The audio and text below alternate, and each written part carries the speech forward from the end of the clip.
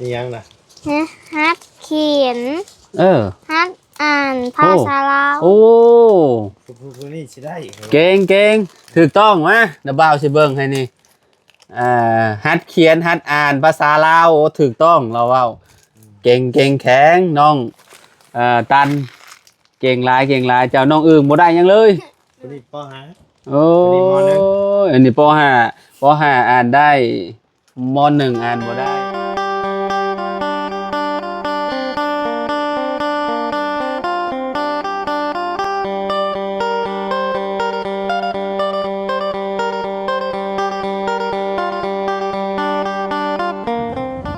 กราบสบายดีสวัสดี FC บ้านสุขุสุคนเนาะบ่ว่าสิอยู่ในและกระต่างประเทศเนาะพี่น้องมาพบมาพ้อกันกับเฮาเนาะคือเก่าคือเดิมพี่น้องเนาะเพิ่มเติมคือมื้อนี้เข้ามาทางบ้านน้องอึ่งกับน้องตั้นพี่น้องเอ้ยเนาะก็ครั้งแรกได้พี่น้องที่เฮาเข้ามาเนาะเข้ามากับเบาไล่เบาเพิ่งพี่น้องเอ้ยเนาะเพราะว่าเบาไล่เนาะเพิ่นหับเป็นสะพานบุญให้ทางผู้ใหญ่ใจดีนะพี่น้องเนาะทางน้องเพิ่นก็เนาะเพื่อนชาติลำแป้นน้องเพิ่นก็โอ้ยแล้วได้พี่น้องเอ้ยเนาะก็ดีอกดีใจนำทางน้องๆเพิ่นหลายพี่น้องเอ้ยเนาะได้เฮือนหลังงามๆอยู่เนาะเอาโอเคเดี๋ยวเข้าไปแสดงความยินดีกับน้องๆเพิ่นก่อนพี่น้องอยู่เทิงเฮือนและพี่น้องเอ้ยเนาะมีเบาไล่เพิ่นนำเนาะเดี๋ยวถามเบาไล่เพิ่นนำเนาะพี่น้องเนาะว่าใส่งบเบิดไปเท่าใดพี่น้องเอ้ยเนาะสร้างเฮือนหลังนี้เนาะโดยไปพี่น้องเอ้ยเนาะโอ้พี่น้องเอ้ยเนาะนอนบ่ยากแล้วบาดนี้เนาะบ่ย่านฝนตกห้ำแหละพี่น้องเอ้ยเนาะกระต๊อบหลังเก่าเพิ่นก็คือที่ฮู้หั่นแหละพี่น้องโอ้เป็นเฮือนเซพี่น้องเอ้ยเนาะสบายดีเจ้าเนาะเย็นจ้อยเนาะเย็นคักปัญญาพี่น้องเอ้ยโอ้ทางน้องๆเพิ่นก็ยิ้มเปื่อยๆอยู่โดยเนาะห้อยมายังนี่เบาไหลแกงขี้เล็กใส่เขียดบ่อ๋อเรียกว่าใส่ไข่มดแดงบ่มีบ่อันนี้น้องเอิงน้องตันตินี่เนาะได้น้องตันนี่อันนี้น้องตันน้องเอิงอันนี้น้องตันเนาะอารมณ์ดีเลยพี่น้องเอ้ยเนาะขออนุญาตในละนิบไม้แน่เนาะนิบไม้ระเบิดพี่น้องเอ้ยเนาะแล้วก็กินแล้วเหรอบ่ทุกเจ้ากินแล้วเลยแล้วอย่ามาเถอะคอยตัดคลิปอยู่เอาคลิปลงอยู่เน็ตลงได้เนาะอยู่นี่เนาะได้อยู่พี่น้องเอ้ยถือว่าโอเคอยู่เนาะขัดเยอะอยู่ใครเป็นคนแกงนี่แกงขี้เล็กนี่ล่ะแม่เนาะเอาไหมครับจังหน่อยก่อนลมกับน้องเพิ่นก่อนเนาะมอกนี่ไผนอนนี่ยังบ่ได้ขึ้นอยู่ว่าเฮือนยังมื้อได้ขึ้นถ้าง่ายแล้วว่าให้มิดเดือน3กันมิดเดือน3บ่ขึ้นเดือน4เนาะเดือน4แล้วอ๋อเดือนคู่ถือว่าแม่นแล้วพี่น้องเนาะมือจบมืองามก่อนล่ะว่าเพราะว่าช่วงนี้ก็มันบ่แม่นช่วงหน้าฝนมันร้อนแน่นอนอยู่ใส่ก็ได้ก็จังไดก็เป็นของเราอยู่แล้วล่ะขึ้นนอนได้ก็ได้เนาะมีแต่ว่ายามมื้อเว้นน้องๆเพิ่นขึ้นมานั่งมาเล่นนี่นะขอยคิดว่าขึ้นมาอยู่มาเช้าแล้วเนาะยังก็ยังบ่ได้อุปกรณ์เครื่องใช้หยังก็ทันได้ชื่อมายังบ่ทันได้ชื่อมาอยู่เพราะว่าทันได้ขึ้นเด้เบิดไปเท่าใดนี่บ่อะไรรวมๆแล้วก็ผมรวมทั้งค่าสร้างค่าหยังก็ตกอยู่ประมาณ30ปลายล้านหน่อย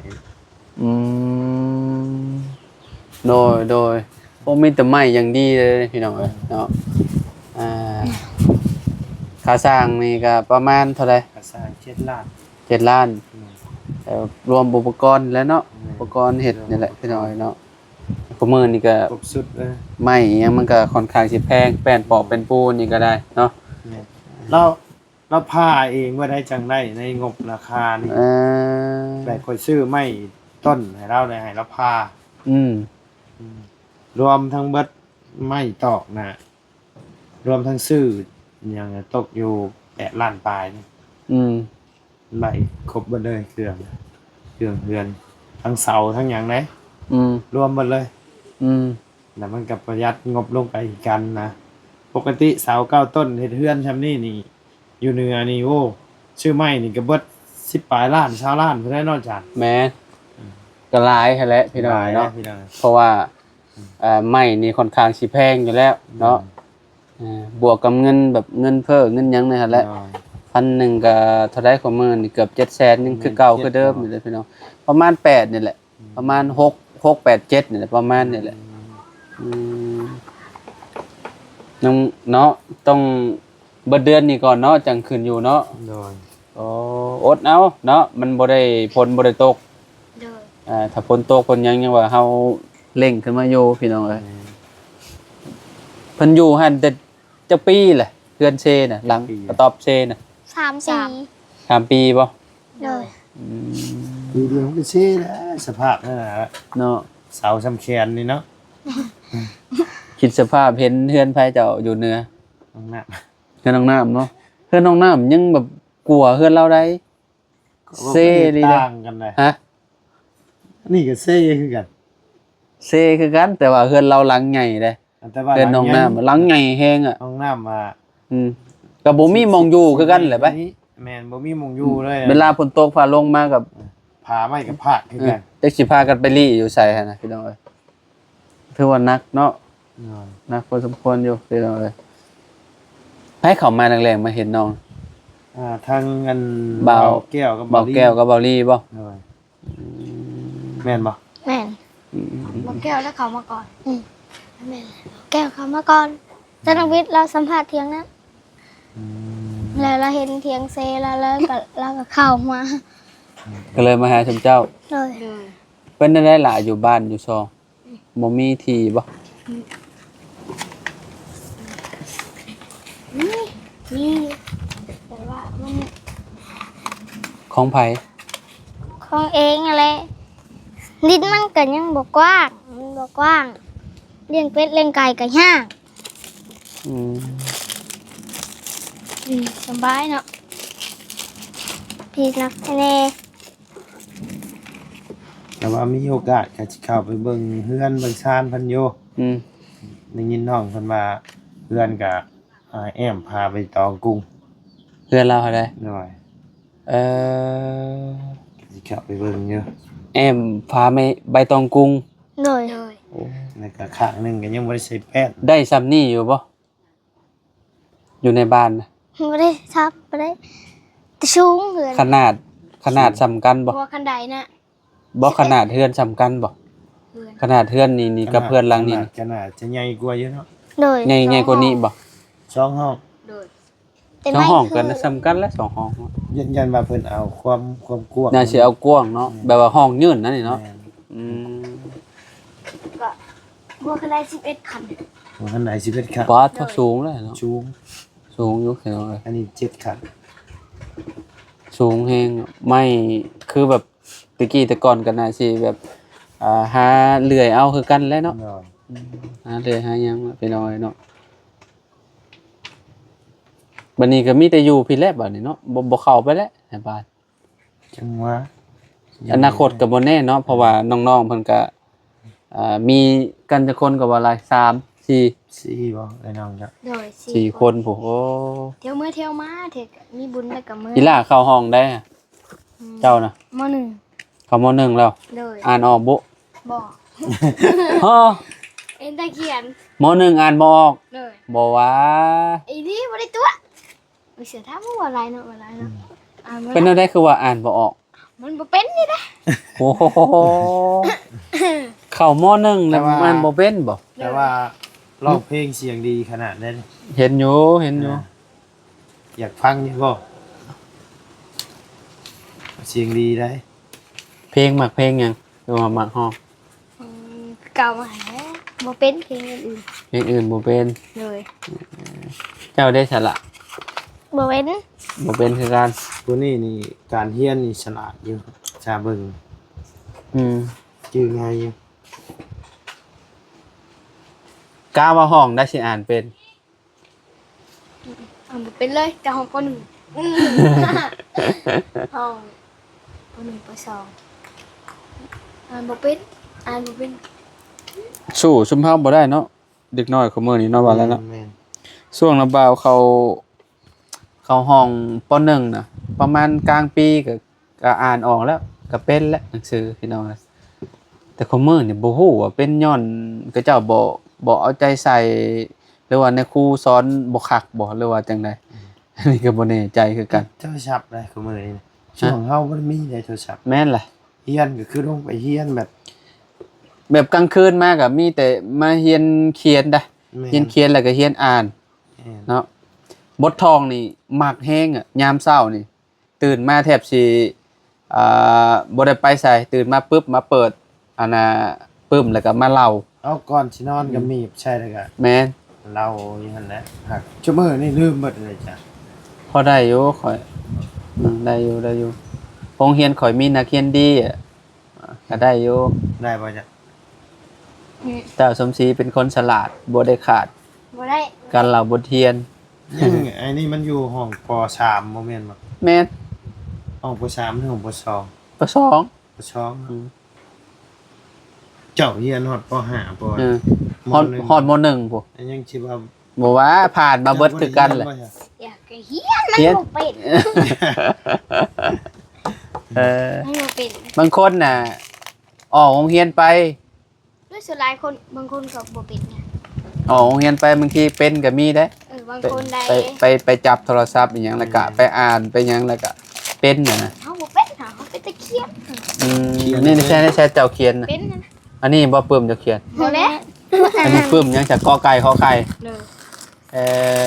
อ เฮียนเถอะ ต้องเฮียนใหม่อีกซะเจ้า ซ้ำเจ้านี่ซุมข่อยเข้าป .1 ได้กลัวเจ้าอีก กลัวแล้ว กลัวอายุกลัวเจ้าอีก 13 13 14 ปีเข้าโรงเรียนป .1 เดี๋ยวนี้ไปกะห้องป นี่ก็เจ้าสิคัดก็เจ้าสิคัดแบบนี้ ตอนเขาโรงเรียนก็เจ้าสิเอาอันให้เอามือมาวัดหมองกับหูอันนี้บ่เทิงหูแหละเพิ่นสิบ่ให้เข้านังเรียนตะกี้น่ะนะผู้มื้อนี่ก็อนุบาลประมาณ 4-5 ปีก็เจ้าให้เขาอนุบาลเนาะอยู่บ้านเฮาก็ปอเกียมนั่นแหละเขาปอเกียมก่อนเนาะให้หัดเขียนเป็น ช่วงเฮียนตะกี้ข่าวป .1 นี่เขาบ่ได้ให้ใส่ปึ้มนะ กระดาน กระดาน เพราะว่ากับปึ๊บแหละมันเปลืองเด้เฮาเขียนบ่เป็นแหละครับเฮาบ่ได้ลบเด้ เคยใช้อยู่บ่ กระดาษนะ แม่น เคยใช่แต่เก่า อืม ถุงกะเอาถุงยางเด้ไฟกาวถุงยางแต่เก่า เอา ผมตกแคป ใส่กระดานบ่ เด้อ ใส่กระดานพายไปเนาะ เดี๋ยวนี้ก็เดี๋ยวว่าถุงทิ้งหมดเลยเนาะแต่เก่าใช้ถุงยางเราเอาเสือกมัดแล้วก็พายไป อืม ใช้กระพายไปเดี๋ยวนี้ก็มีแต่ถุงเดี๋ยวนี้ มีแต่ใส่เป้เอาเนาะ เด้อบ่มีแต่ถุงยางคือแต่เก่าเนาะ บ่มีแล้วตะกี้รุ่นนะบ่าวก็กระดานก็ยังบ่ได้ใส่หยังเลยถือไปแบบเดียวๆเลย กระดานก็ ใส่ความจำอะไรได้ตะกี้นะคือแบบ กระดาษ เขียนหนังสือนี่ถ้าบ่เอาใจใส่นี่โอ้บ่ได้เป็นคือคุมื้อนี่แหละเด็กน้อยน่ะบ่ได้ว่าแต่น้องอันนี้ลูกข่อยก็บ่ได้เป็นบ่อะไร ลูกข่อยคือกัน น้องแพรวน่ะบ่ได้เป็น ลู ดิ กข่อยก็มอ เขามอซื่อๆมอบ่ได้เป็นหนังสือ ลูกสาวกับป .5 อ่านยังบ่ได้คือเนี่ย สิให้ก็เจ้าก็บ่ได้เนาะ บังคับให้เข้าคือมื้อโรงเรียนก็ อืม ขี้ข้านไป เฮ้ยเนาะพี่น้อง เอ้ เอ้ย ยนั่นเด้บ่ก็ขึ้นใจเฮาคือเฮาตะกี้นั่นแหละขี้ข้านไปเฮาก็ เฮาตะกี้ยังว่าเรียนจบป .5 ก็อ่านออกได้ แม่น ไปไทยไปหยังก็ยังว่าได้อ่านป้ายยังออกหั้นนะ ภาษาไทยยังก็ยังพอได้เลย ภาษาไทยมันสำคัญได้การศึกษานี่เฮาไปทางอื่นเฮาก็ยังฮู้ว่าอันป้ายตัวนี้มันเป็นบ้านใดบางคนบ่เป็นหนังสือก็ใส่ความจำเอาเท่านั้นแหละบ่มีหยังเนาะใหญ่มากก็ต้องได้ไปอยู่แล้ว หาเงินหาคำเนาะ เด้อ ตอนนี้ยังหาเงินบ่ได้เด้พี่น้องเอ้ยเนาะก็อยู่น้ำพ่อน้ำแม่ก่อนอายุ18 19 ปีพุ่นแหละทางนี้ก็ไปไทยคือกันเลยเนาะ อาศัยไปฮะเห็นงานเหตุการณ์อยู่ไทย ไป เพิ่น กะ เห็นงานอยู่ไทยเพิ่นแหละพี่น้อง เป็นไงว่าจะเป็นยัง บ่จักยังบ่ได้ใหญ่ ยังบ่ได้ใหญ่ เอ้าความคิดนะ จักบ่จักผู้ การเรียนจบเลยอยากเป็นยัง ผู้ บ่ต้องตัด บ่จัก บ่จัก มันยังบ่ได้บ่เฮ็ดบ่คิดบ่ได้หรอก อ้าวบางคนก็เขาก็เจ้าคิดไว้แต่ยังน้อยๆไปแล้ว จะต้องมีความฝัน แม่นความฝันคนเฮาอย่างเช่นเจ้าฝันอยากได้รถเจ้าก็ต้องไปหาเงินซื้อรถอ่า แต่ว่าข้าวเรียนนี่อยากได้รถแต่ว่า อืม เอื้อยบ่ซื้อให้ออกจากเรียนลงไปหาเงินชื่อเอง ความฝันข่อยก็คือกันและก็บ่หลายตอนแรกๆอยากได้รถเข้าโรงเรียนม .1 นี่คือแบบเอ้อยเพิ่นอยู่ไทยเบิดนะอยู่ไทยก็วางแผนแล้วสมมุติว่าก็เจ้าฝากเงินมาให้ซื้อรถนี่ได้รถได้สิออกความคิด แบบนั้นเลยเมื่อไรก็เจ้าก็บ่ฝากก็เจ้าหาเงินก็ลำบากแฮงบ่ก็เจ้าสิได้แต่ละบาทเนาะเงินตะกี้มีค่าแฮงได้ โอ้ เนาะบ่หลาย เงินแสนสองแสนนี่ใช้เป็นเดือน ว่าเจ้าสิได้เงินแสน1 2แสนนี่เจ้าหาโอ้ยเหือตาแทบกระเด็นพุ่นแหละพี่น้องเอ้ยเนาะ แสนสองแสนกีบได้พี่น้อง แม่น แสนสองแสนบาทได้ โอ้ย2แสน3แสนนี่เจ้าจะไปวางสิเห็นสิชา50,000ก็ยังยากแล้วตะกี้น่ะ ใช้เงินนี่บ่เท่า ตะกี้มันหวนเงินบ่เพ้อเนาะ แม่น มันผัดจีซ่า50,000นี่คือว่าหลายแฮงอ่ะนะแต่คือมื้อนี่50,000ก็ได้อยู่เพ้อ2ถ้วยอย่างนั้นถ้วยละ25เนาะ บ่ได้เสมอ บ่ได้บ่แถวนี้ แต่ว่าในทางเนี่ยคนกินมื้อนั้น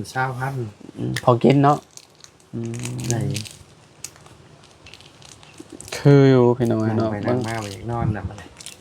ลมพัดตาเด้ พอตาเย็นคักเลย อันนี้ก็ครั้งแรกเลยพี่น้องเขาเข้ามาเนาะเข้ามาหาครั้งแรกเด้ครั้งแรกกับเจ้านี่แหละเบิ่งอยู่คลิปน่ะน้องอื่นน้องตันน่ะเบิ่งอยู่ดอกเนี่ยเบิ่งเพลินๆไปหาแหละเนาะก็บ่ได้ว่าสิมานั่งเบิ่งเบิดมื้อเบิดเว้นหั่น เฮาบ่มีเวลา บ่ได้มีเวลามานั่งเบิ่งคลิปกันดอกพี่น้องเนาะ โยนลงไปแล้วก็แม่นแล้ว ไปเลย ไปเลย บางทีบ่ฮู้ซ้ำ ผู้ชัก บางทีบ่ฮู้ซ้ำได้พี่น้องเอ้ยเนาะอันนี้ก็ยัง เป็นอาบากิกา ก็ยังใครอยู่ยังได้เบิ่งคลิปยังพอได้ฮู้จักอยู่พี่น้องเอ้ยเนาะ นอกจากว่าเฮาส่งเขาในกลุ่มในหยัง แหละมื้อนั้นมื้อนี้เฮ็ดนั่นเฮ็ดนี่นะฮู้อยู่พี่น้องเอ้ยแต่ก็จังได้เข้าเบิ่งนิดๆ จะเบิ่งอยู่บ่อยู่เหนือซะ ก็เบิ่งอยู่ บ้านน้องบุตรเป็นอะไร การลงบุตรทาสี ตาสีอันนี้บ่ แม่นเฮ็ดทาสีโอ้ย สร้างเข้าใจผิดสร้างนะ แบบว่าเพิ่นได้ยินว่ายันบ่บุญบันป่าบอกว่าให้ทาเบิดทุกติ่งหั่นนะมันบ่เข้ากันติเนาะมันทาเบิดเลยพี่น้องกางเกงมันต้องทาแต่ตัวนี้มันนี่ทาแต่ตาลาวจับมันนี่แล้วก็นี่น่ะสิทาสีแดงนี่สมมุติว่ามีสีแดงก็ได้ มันก็เข้ากันแหละต้องได้แก้ใหม่หั่นน่ะใกล้แล้วไปรอบนี้พอดีเลิกขึ้นบ้านเราเพราะว่ามันแล้วเลยเด้ แล้วเพิ่นแล้วบ่ แล้วได้ เพิ่นก็ตั้งแต่ตั้งเฮือนเราก็ยังบ่ได้ขึ้ น้องดารานั่นนี่ ดาราบ่ แม่นเบาเสียงดำเนินการอยู่ เด้อ เพิ่นได้เฮือนได้ชานงามอยู่แล้วนั่นก็ได้ ดีใจน้ำน้องเนาะเข้าเฮาก็เข้าไปแต่ล้นเลย วายเข้าไปตั้งแต่ช่วงหน้าฝนผู้ก่อนหน้าฝนอย่าไปจักเนาะ ช่วง แล้วก็เฮาก็หยุดไปสักพักนึง แม่น เราบ่ได้เข้าไปหาเพิ่นพี่น้องนี่แหละงานการก็ได้พี่น้องบางทีมันก็บ่ได้อยู่หม่องเดียวกันเด้แยกย้ายกันบางทีก็บ่ได้เบิ่งคลิปกันหั่นนะบางทีก็บ่ฮู้พี่น้อง และจบงานนี่ครับและไปแล้วเละๆน้ำเพิ่นละเหนือเพิ่นละบ่ได้กับพี่น้อง โดยนั่นแหละไปหาบุ๊กแถวนั้นนํเนาะเปลี่ยนภาพบรรยากาศพร้อมพี่น้องเนาะเบิ่งหลายๆบอร์ดหลายๆทีพี่น้องเนาะก็ประมาณนี้แหละเนาะซุมเฮาก็ได้ก็สิพากันออกไปแล้วบัดนี้ไปพาไปแวะบ้านน้องน้อยนี่เด้อบ่าวยาวนัดข่อยอยู่หั่นว่ะไอ้สิน้องร้อย โอเค ไปแล้วนะบ่าวก็ดีใจนำเด้อหล่าเด้อน้องอื่นกับน้องตันเด้อ เลย มื้อใดขึ้นเฮือนก็แจ้งนี่เด้อบ่ไร โดย บางทีมีเวลาก็อาจสิแบบมาแสดงความยินดีเลยขึ้นอันนี้ผูกแขนผูกหยังพักน้ำนะเข้าโรงเรียนเนาะ มื้อวันจันทร์ไปแล้ววะเจ้า บ่เพิ่นบ่ได้เข้าเฮียนแต่เฮียนน่ะออก ออก แล้ว อืม นี่แหละข้อยกำลังมาถามเรื่องการเฮียนเพิ่นอยู่ตอนนี้ เพราะว่าพอดีมีทั้งพ่อเพิ่นให้ถาม ไหนเราเรียนต่อบ่ แม่นเฮียน เอ ต่อ อเรียนต่อแล้ว แต่ว่าถ้าข้อยคิดนี่มันเป็นเทอม2น่ะยันมันบ่ได้ มีแต่ปีหน้าพุ่นละติ แม่นพุ่นแหละข้าวขึ้นเหล้าช่วงเกี่ยวข้าวเนาะช่วงเกี่ยวข้าวเปิดเทอม พอดี เพราะว่าเดือน5เดือน6นี่ก็ปิดเลยเด้ เดือน5เดือน6ปิดเดือน9 เดือน9 เดือน9ก็เฮาดำนาแล้วเด้เพิ่นสิปิดเทอมอันดำนาเด้3เดือนเนาะเดือน9ฝนตกนะว่ายังไงเนาะ คิดว่าพุ่นละ ยันบ่ส่งเลยฮะเนาะเข้าอยู่บ่ การว่ามีรถถีบนี่ไปเนาะ เลย เข้าแล้วอายุยังบ่ได้หลายปานใดเนาะแล้วพอเข้าอยู่ ยกเข้าแล้วขนาดเฮียนว่าพี่ยัง อืม ถามอ่านได้บ่ยังบ่ได้ เอาได้เป็นแต่เขียนเขียนเสียได้ก็เขียน เขียนน่ะบ่ยากดอกเขียนถ้าเบิ่งตามมันนั่นเฮาก็ได้ แต่ระบ่าว มันเป็นแบบใดเนาะมันแบบว่าบ่จำเลยบ่จื้อเลยบ่อ๋อแบบเฉยๆนะนี่เนาะแบบว่ามันบ่ได้อยู่ในภาพแบบ แม่น มันบ่ได้อยู่ในหัวหั่นน่ะ พวกคุณก็ไม่กับได้เป็นที่กำพังแล้วน้องเกมก็ไม่ได้เป็นค่ะหนับหอด30ชั้นแล้ว ผู้น้องนี่ อันนี้อ่านว่าหยังซั่นนี่ ก็ไก่ นี่อันนี้อ่านว่าหยังนี่ อ่านมายังมหนึ่ง มหนึ่งอ่านว่าหยังนี่นี่เด้ขอสิถ้วยแล้วนี่พี่น้องนี่อ่านว่าหยังนี่ ไข่ไก่วะ ไก่ ไก่ อันนี้อ่านว่าหยังนี่ ไก่ โตหยังนี่ ไก่ไก่ ต้ม อันนี้ไก่เถิกง่ายๆเด้อนี่อันนี้หยังซั่นนี่ ข้าวไข่ไก่ไข่ เอ ไก่ อโอ้ยอันนี้ง่ายๆหนึงนี่มันมีสระมันอยู่อ่านตามนี่แหละกอไก่ขอไข่ขอควายงองัวจอจอก เป็นนี่ดอกกัน แต่ว่าพ้องสระบ่ได้เนาะ เลยคนแค่เราได้ดูนี่นะอ่านบ่เป็นเลยมีแต่เขียน เจ้าได้ เห็น นี่ยังล่ะ นะฮัดเขียน ฮัดอ่านภาษาลาว โอ้ ผู้นี่สิได้ เก่งถูกต้องมะเดี๋ยวบ่าวสิเบิ่งให้นี่ฮัดเขียนฮัดอ่านภาษาลาวโอ้ถูกต้องเราเว้าเก่งแข็งน้องตันเก่งหลายเจ้าน้องอึ่งบ่ได้หยังเลย ผู้นี่ปหา โอ้ยอันนี้ป .5 อ่านได้ม .1 อ่านบ่ได้เอาอันน่ะเปล่าไปเลยให้คนละ20,000เด้อเอาให้เจ้าก่อน ใจ โอเคเอาเจ้า เลย ไว้ชื่อเพอกินเด้อ เลย ไป ล่ำลาแล้วบ้านนี้พี่น้อยเนาะไปพบไปพ่อกันใหม่เมื่อขึ้นเทือนเพิ่นพุ่นแหละถ้าได้มาดอกว่าเนาะถ้าบ่ได้มาก็ดีใจนำหลวงหน้าเด้อล่ะเด้อ เลย เอาสบายดีเด้อโดยโอเคพี่น้องเนาะจังได้ก็ขอบคุณพ่อแม่พี่น้อง FC เบ่สุขุทุกคนขอบคุณผู้ใหญ่ใจดีเนาะที่เฮ็ดเตือนเฮ็ดซานให้ทางน้องเพิ่นทางเบาไล่เพิ่นนี่แหละเนาะเป็นเจ้าภาพเนาะเป็นสะพานบุญให้ผู้ใหญ่เนาะเบาไล่เนาะ โดย โอเคไปพี่น้องเนาะเฮ็ดหยังกันน่ะอ้ายแตงจักเนาะโอ้ไปป้าเลยเด้อโอเคสบายดีเด้อพี่น้องเนาะเอาอยู่ดีมีแฮงบ่สุขทุกคนพี่น้องล่ำลาแล้วสำหรับคลิปนี้เนาะสบายดีพี่น้องเอ้ย